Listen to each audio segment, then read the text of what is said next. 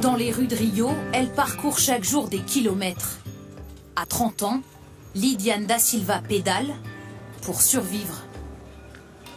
Sa carriole, c'est son outil de travail. Elle vend boissons et cigarettes. Jusqu'à 100 € les bonnes semaines.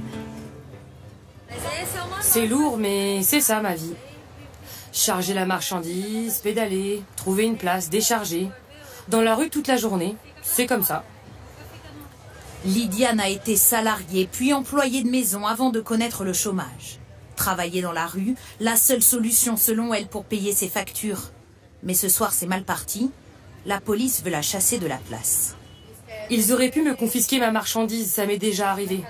Là tu perds tout l'argent investi dans les boissons et tu rentres chez toi sans un sou. Le problème quand on fait un travail informel comme moi, c'est qu'il n'y a aucune loi pour me protéger. Cette mère de 2 enfants fait désormais partie des invisibles. Vous aussi, ils vous ont chassé ?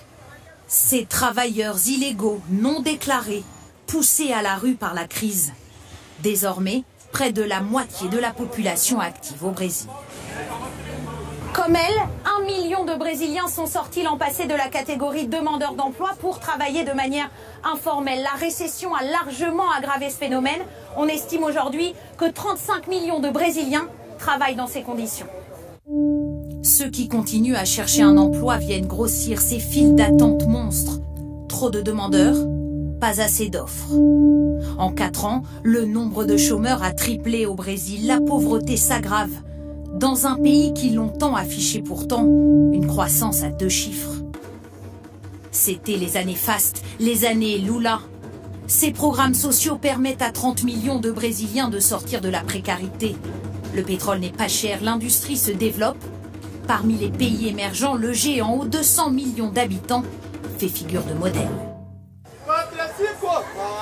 Que reste-t-il aujourd'hui du miracle économique brésilien ? Prix du pétrole en hausse, crise politique, consommation et investissement en berne.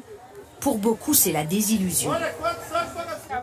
C'est dur. Les prix augmentent, mais mon salaire, lui, n'a pas bougé. Quand Lula était au pouvoir, nous les pauvres, on croyait à ce miracle. Mais après, avec cette corruption généralisée, on a perdu confiance. C'est fini. Dans un pays où la redistribution est en panne, ces classes populaires n'ont jamais bénéficié de ce qui fait la vraie richesse du Brésil. Son agriculture. Maïs, canne à sucre et surtout soja. Le Brésil est le grenier de la planète. 62 millions d'hectares cultivables au rendement imbattable. C'est ce qui a fait de Gustavo Chavaglia à la tête d'une exploitation dans l'état de Sao Paulo, un homme riche. De ce côté-là, on produit de la canne à sucre, par cycle de 6 ans. Et de l'autre côté, c'est notre soja. Là, on doit le replanter fin octobre. Un soja OGM dont le Brésil est désormais le premier exportateur au monde. Le soja, c'est un produit extrêmement demandé par tous les pays, surtout la Chine. C'est vraiment intéressant financièrement car on l'exporte à très bon prix. On fait de bonnes affaires. Revenus confortables pour les producteurs, une manne financière pour l'État. L'agriculture est désormais l'unique moteur de la croissance brésilienne, permettant au pays de rester la 6e économie de la planète.